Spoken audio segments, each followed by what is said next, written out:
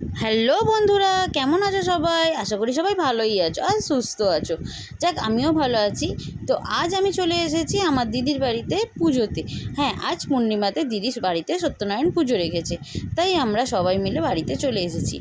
আর এদিকে আমার বাপের বাড়ির সবাই চলে এসেছে, মানে আমার জেঠু জেঠিমারাও চলে এসেছে, আর আমার ভাইপো ভাইঝিরাও সবাই। তো এদিকে আমার ছেলে দিদিকে আর দাদাকে পেয়ে তো খুব আনন্দ পেয়ে খেলতে লেগে গেছে। এটা হলো দিদির নতুন ঘর, তাই আমি একটু ঘরটা ঘুরে ঘুরে দেখছিলাম আর ভিডিও করছিলাম যে ঘরটা কেমন হয়েছে। তাই তো সবাই এদিকে দেখো, কেউ খাচ্ছে, কেউ কাজের জোগাড় করছে। তো যাই হোক, এখানে আলু কাটা হচ্ছে আর লুচি হবে। তো লুচি আলুর দম খেয়ে দিয়ে তারপর ওদিকে পুজোর জোগাড় চালু হবে। তো যারা উপোস করে আছে তারা তো উপোস থাকবে, আর যাদের খাওয়া দাওয়া হচ্ছে তাই জন্য তারা খেয়ে দিয়ে নিচ্ছে, কারণ কি না ওদিকে আবার পুজো স্টার্ট হয়ে গেলে খাওয়া দাওয়া হবে না।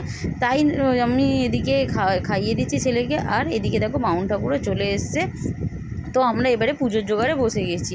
তো এদিকে আমার ছেলেও চুপটি করে বসে দেখছে যে এখানে কি হচ্ছে। তো বামুন ঠাকুরকে তোমরা তো আগের ভিডিওতেও দেখেছো আমার দিদির বাড়িতেই পুজোতে। তো যাই হোক, বামুন ঠাকুর পুজোটা করতে চালু করে দিয়েছে, আর দুর্দান্ত হোমটা হয়েছিল, অগ্নিটা উঠেছিল।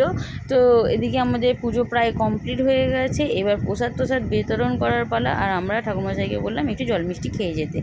বিকেলের দিকে কিছু লোক নেমন্তন্ন করা হয়েছিল, তাই তাদের জন্য বানানো হচ্ছে রাইস আর আলুর দম। হ্যাঁ, রাইস আলুর দম প্রায় কমপ্লিট হয়ে গেছে, কারণ কি না আমরা অনেকক্ষণ আগে থাকতেই চালু করেছিলাম।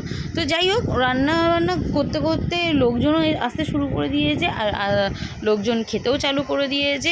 তাই অনেক লোকই নেমন্তন্ন করা হয়েছিল, যাদেরকে আমি ভিডিওটা আনতে পারিনি, কিন্তু যতটুকু পেরেছি ততটুকু দেখিয়েছি, তোমাদের সাথে শেয়ার করেছি।